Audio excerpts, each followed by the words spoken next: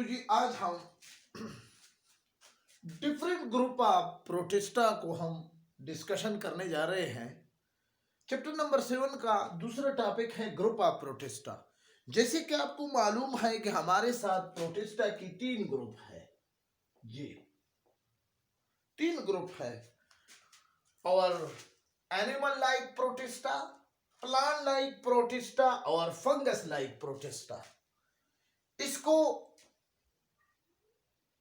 Ingestive protista भी कहा जाता है एनिमल लाइक प्रोटिस्टा को, जबकि प्लांट लाइक प्रोटिस्टा को कहा जाता है फोटोसिंथेटिक प्रोटिस्टा, फोटोसिंथेटिक प्रोटिस्टा। जबकि फंगस लाइक प्रोटिस्टा को कहा जाता है एब्जॉर्प्टिव प्रोटिस्टा, यानी इंजेस्टिव प्रोटिस्टा, इंजेस्टिव प्रोटिस्टा।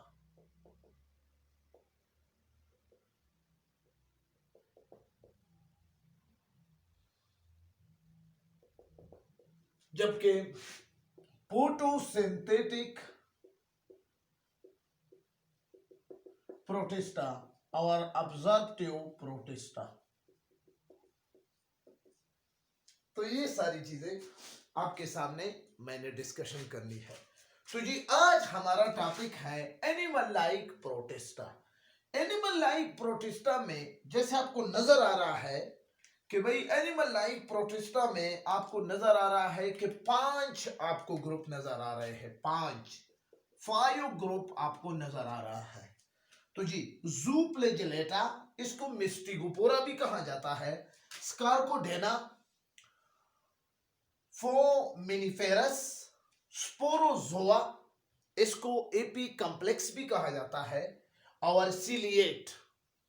ये 5 ग्रुप आपको, जब हम एनिमल लाइक प्रोटिस्टा को, मैं इससे पहले एक वीडियो प्रोटिस्टा पे, खालिस प्रोटिस्टा की जनरल कैरेक्टरिस्टिक पे अपलोड की है। अगर आप काइंडली उसको देखें तो आपको यहां पर आसानी होगी। मैंने वहां पर भी कहा कि mostly member of protista are animal like, अक्सर प्रोटिस्टा एनिमल लाइक है, तो इसलिए इसके 5-6 ग्रुप है। प्लांट लाइक प्रोटिस्टा के अपने जी ग्रुप है, यूक्लिनाइट है, ब्लू ग्रीन अल्जी है, और मुख्तलिफ किस्म के ग्रीन अल्जी है, क्लोरोफाइटा है, फिगोफाइटा है। तो इस तरह, और इसी तरह फंगस में फिर मुख्तलिफ किस्म के और वाटर मोल्ड्स और इसके ग्रुप है। तो इसको हम बारी बारी एक एक वीडियो में हम इसको डिस्कशन करेंगे। तो जी ज़ूफ्लैजिलेटा, स्कार्कोडेना, फोमिनिफेरस, स्पोरोजोआ, सिलिएटा। तो आज के हमारा क्या है, ये 5 ग्रुप हमारा टॉपिक है। आपको समझाने के लिए मैं मुख्तसरन आपको समझाने की कोशिश करूंगा एक अजीब अंदाज से। तो सबसे पहले आपकी ज़हन में ये बात आनी चाहिए कि ये सारे एनिमल लाइक प्रोटिस्टा है। एक बात तो आपकी ज़हन में आ गई। अब जब एनिमल लाइक प्रोटिस्टा है तो ये बात भी आपके ज़हन में आ गई कि जब एनिमल लाइक है तो इसका मतलब ये है कि ये क्या होंगे, हेटरोट्रॉप भी होंगे। तो ये हमारे साथ क्या है, यानी एक बात ये है कि ये एनिमल लाइक है, एनिमल लाइक है, ठीक है। एक बात तो ये आ गई। अब दूसरी बात क्या है कि भाई ये सब जो है इसमें क्या है, ये सब हेटरोट्रॉप होंगे, यानी इसमें कोई आपको ऑटोट्रॉप नजर नहीं आएगा, हेटरोट्रॉपिक। क्लियर। तीसरी बात इन सब में ये है, ठीक है ना, तीसरी बात इन सब में ये है कि या ये तो सेल के लिहाज से या यूनिसेलुलर होगा, यूनिसेलुलर, या मल्टीसेलुलर होगा, मल्टीसेलुलर होगा। अब जी आप इन सबको देख सकते हो। चौथी बात यह है कि हैबिटाट के लिहाज से, mood off nutrition, mood off habitat के लिहाज से ये सारे क्या है, इक्विटिक होंगे, यानी ये पानी में आपको नजर आएंगे। कोई तालाब में नजर आता है जैसे ज़ूफ्लैजिलेटा के एनिमल है, कोई आपको मेरीन वाटर में नजर आएगी जैसे स्कार्कोडेना या फोमिनिफेरस या सिलिएट ऑर्गेनिज्म है, कोई आपको इंसेक्ट में नजर आएंगे। तो बहरहाल वो इंसेक्ट, तो बहरहाल ये सारे इक्विटिक है। इक्विटिक में या ये तो फ्रेश वाटर में होंगे, फ्रेश वाटर में, या ये साल्ट वाटर में होंगे जिसको हम मेरीन वाटर भी कहते हैं, साल्ट वाटर, मेरीन वाटर भी हम इसको कहते हैं, या कोई आपको पॉन्ड में नजर आएंगे, तालाब स्टैंडिंग वाटर में, या आपको कोई लेक में नजर आएंगे, यानी झीलों में ये नजर आएंगे। बहरहाल ये ऑर्गेनिज्म आपको इसी अंदाज में मिलेंगे। तो जी पांचवी बात इन सब के मुतालिक, ठीक है ना, मैं आज आपको बड़े मुख्तसर तरीके से आपको समझाने की कोशिश करूंगा। इन सब के मुतालिक ये क्या होंगे, ये मोड ऑफ न्यूट्रिशन के हवाले से रिप्रोडक्शन ये लाजमी तौर पर करेंगे, ठीक है ना, रिप्रोडक्शन ये करेंगे। अब रिप्रोडक्शन का आपको पता है कि the ability of organism to produce of its own kind of organism, तो ये रिप्रोडक्शन है। अब आपको ये भी पता है कि रिप्रोडक्शन दो किस्म के होते हैं, एक सेक्सुअल रिप्रोडक्शन और एक एसेक्सुअल रिप्रोडक्शन। सेक्सुअल रिप्रोडक्शन का मतलब ये है कि भाई मेल और फीमेल की गिमिट्स फ्यूज होंगे, तब फर्टिलाइजेशन होगी, और फर्टिलाइजेशन के बाद फिर ज़ायगोट बनेगा, और फिर एक सिलसिला शुरू हो जाएगा इंडिविजुअल के बनने तक। जबकि एसेक्सुअल में कोई गिमिट्स इन्वॉल्वमेंट नहीं है, कोई बॉडी पार्ट, कोई एक चीज बॉडी दो में डिवाइड हो जाती है, या इस तरह कोई अनफेवरेबल कंडीशन में एनसिसमेंट में, जैसे अमीबा कहते हैं, मल्टीपल फ्यूजन करते हैं, तो इस तरह यानी जिसमें कोई सेक्स इन्वॉल्व ना हो, इसलिए इसको कहते हैं एसेक्सुअल, यानी मेल और फीमेल का शर्त ना हो, ठीक है ना, गिमिट्स मेल और फीमेल यानी स्पर्म और ओवा मौजूद हो या ना हो, रिप्रोडक्शन होगी, तो ऐसे रिप्रोडक्शन को हम कहते हैं एसेक्सुअल। तो बहरहाल रिप्रोडक्शन में एनिमल लाइक प्रोटिस्टा में मोस्टली इसमें क्या है, एसेक्सुअल है मोस्टली, जबकि कुछ में सेक्सुअल रिप्रोडक्शन भी मौजूद है।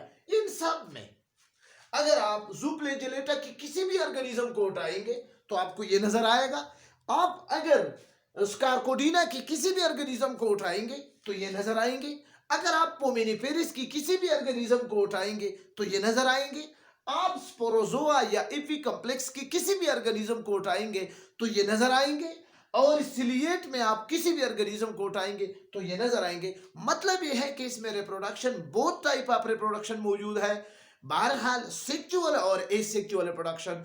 लेकिन आपको एक बात मैं बताऊं कि जो सेक्सुअल रिप्रोडक्शन, जो ट्रू सेक्सुअल रिप्रोडक्शन है, वो यहां पर मौजूद नहीं है।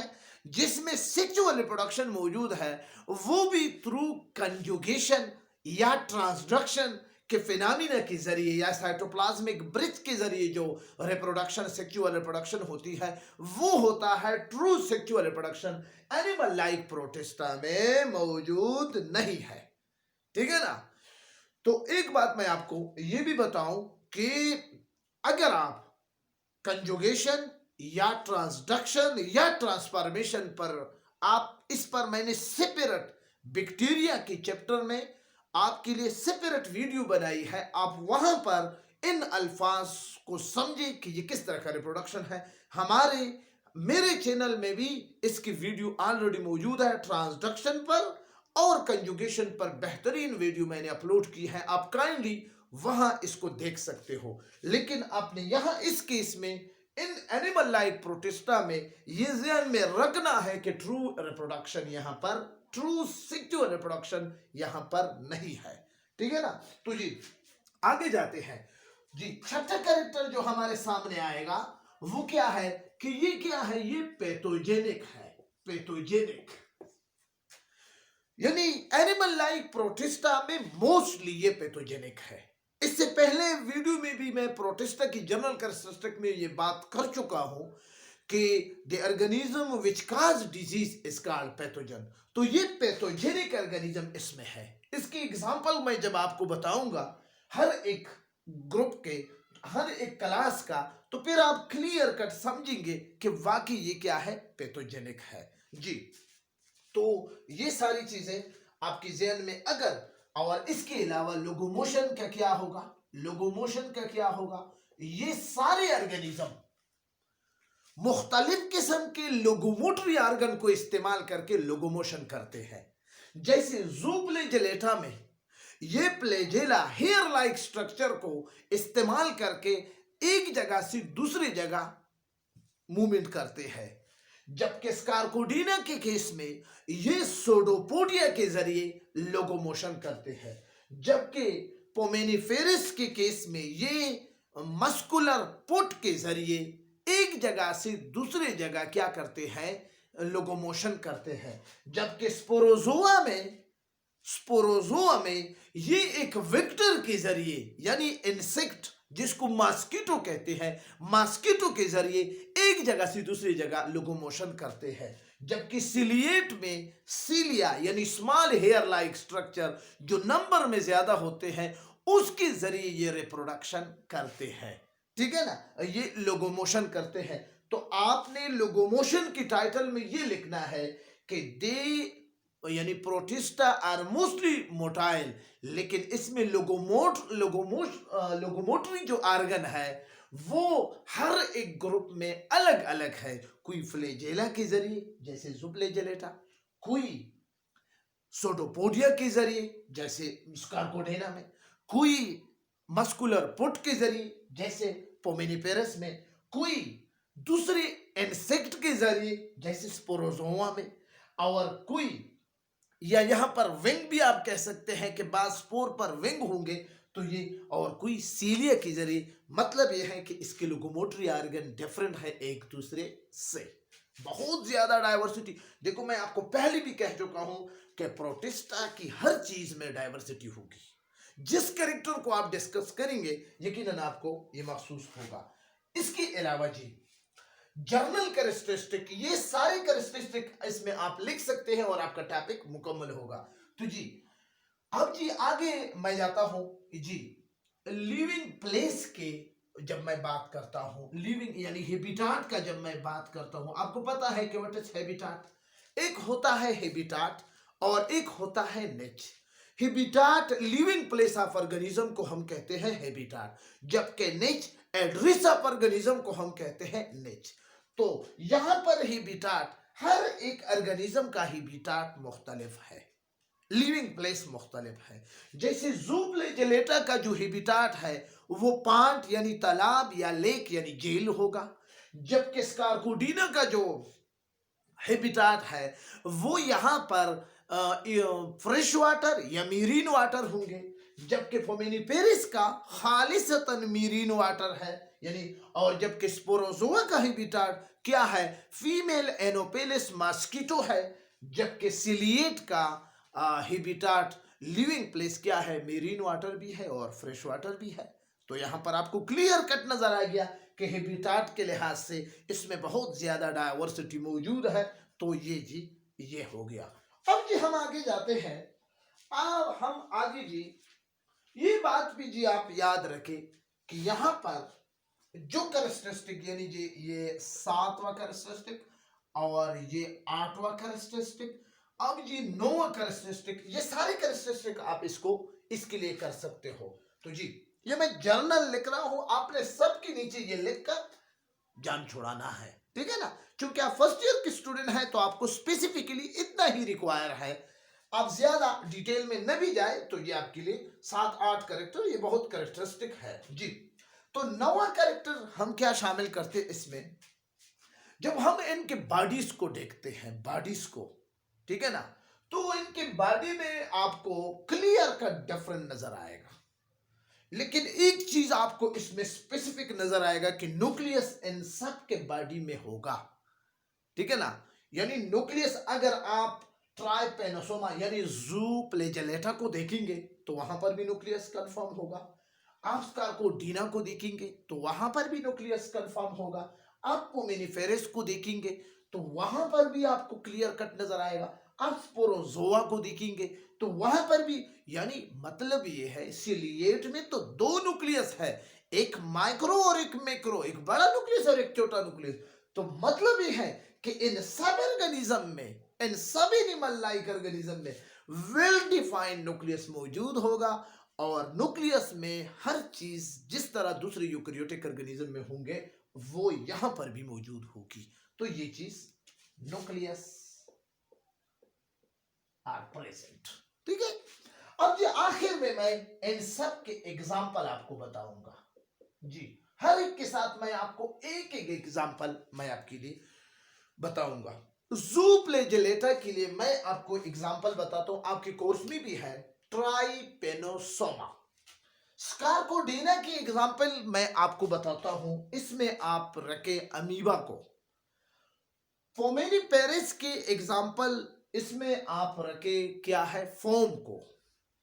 स्पोरोजोआ की मिसाल इसमें आप स्नेल को भी रख सकते हैं, ठीक है ना जी। स्पोरोजोआ की मिसाल में आप इसमें रखे प्लास्मोडियम को, जबकि सिलिएट में आप इसमें रखे पेरामीशियम को।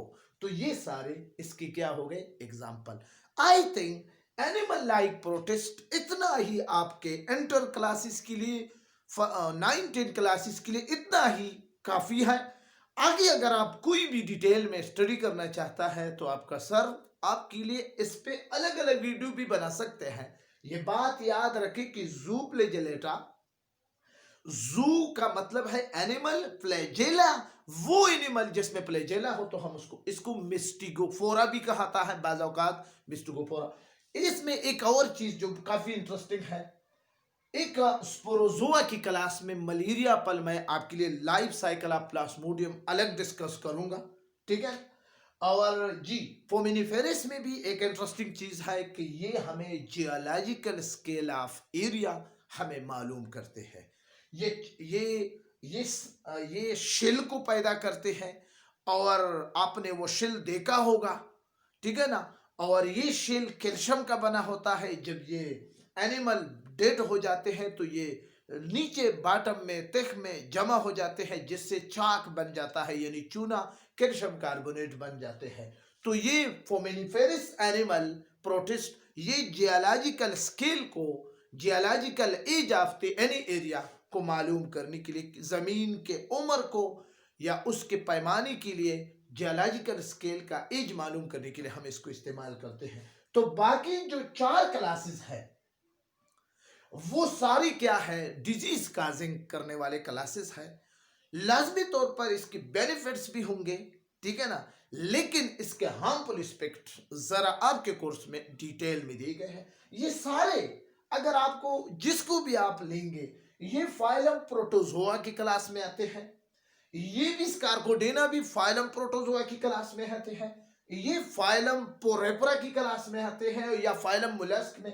ये जी आपका फाइलम प्रोटोजोआ है, और ये भी फाइलम प्रोटोजोआ है। तो यहाँ पर फाइलम प्रोटोजोआ के बहुत सारे क्लासेस हैं, और एक फाइलम मोलस्का या फाइलम पोरेपरा इसकी क्लासेस में इसके साथ ज्यादा मैच करते हैं। तो बहरहाल वो तो हम एनिमल किंगडम एनिमलिया में फाइलम अलग अलग पढ़ेंगे, तो उसमें तो बहरहाल आपकी स्टडी के लिए ये चीजें जरूरी थी।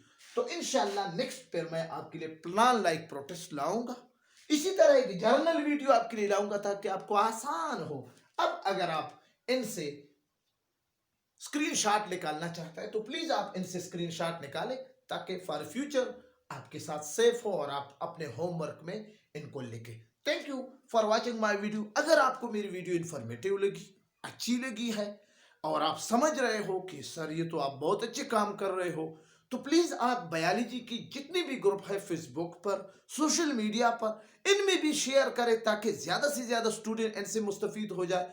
मेरा मतलब हरगिज ये नहीं है कि मैं अपने चैनल के जरिए कोई इनकम कमा लूँ। मेरा मकसद ये है कि मैं चूंकि बायोलॉजी का एक्सपर्ट हूँ, मैंने एमफिल किया है बायोलॉजी में, तो मैं अपने स्टूडेंट को कुछ देना चाहता हूँ इस क्रिटिकल कंडीशन में कि जबकि स्कूल्स और कॉलेजेस के क्लासेस भी बंद है, तो शायद मेरे इस क्लासेस से उन स्टूडेंट को फायदा। सबसे पहली प्रायोरिटी मेरे अपने स्टूडेंट हैं जिसको मैंने ग्रुप बनाया है, वो इंशाल्लाह लाजमी तौर पर देखेंगे, और मैं अपने तमाम स्टूडेंट को कहता हूं कि वो लाजमी तौर पर देखें और साथ कमेंट्स भी करें ताकि मुझे इसके अटेंडेंस का भी पता चले। जब वो अटेंडेंस लगाएंगे तो फिर मुझे पता चलेगा कि फलाने फलाने स्टूडेंट ने देखा है। और इसके अलावा जितनी भी लोग हैं मैं उनको कहता हूं कि आप प्लीज इनको शेयर करो for the sake of student. और अगर फिर भी आपको कोई समझ चीज की प्रोनाउंसिएशन में, कोई टर्मिनोलॉजी में, एक्सप्लेनेशन में कोई चीज कमी रह गई है, प्लीज आप कमेंट्स में निशानदही करें, मैं इनको इंशाल्लाह निकालूंगा। नेक्स्ट इससे भी बेस्ट वीडियो आपके लिए लाऊंगा। तो इजाजत चाहता हूं इन्हीं कालिमात के साथ। उम्मीद करता हूं कि आप पढ़ेंगे, लिखेंगे, प्रॉपरली आप स्टडी करेंगे। इन्हीं बातों से मैं आपको एक मरतबा फिर एडवाइस करता हूं कि प्लीज वीडियो को बार बार देखें ताकि आपको ये कंसेप्ट एनिमल लाइक प्रोटेस्ट आपका क्लियर हो जाए। नेक्स्ट आपके लिए मैं प्लांट लाइक प्रोटेस्ट को बिल्कुल कोर्स के मुताबिक जर्नली और इसी तरह समराइज अंदाज में आपके लिए लाऊंगा। Thank you for watching my video. खुदा हाफिज।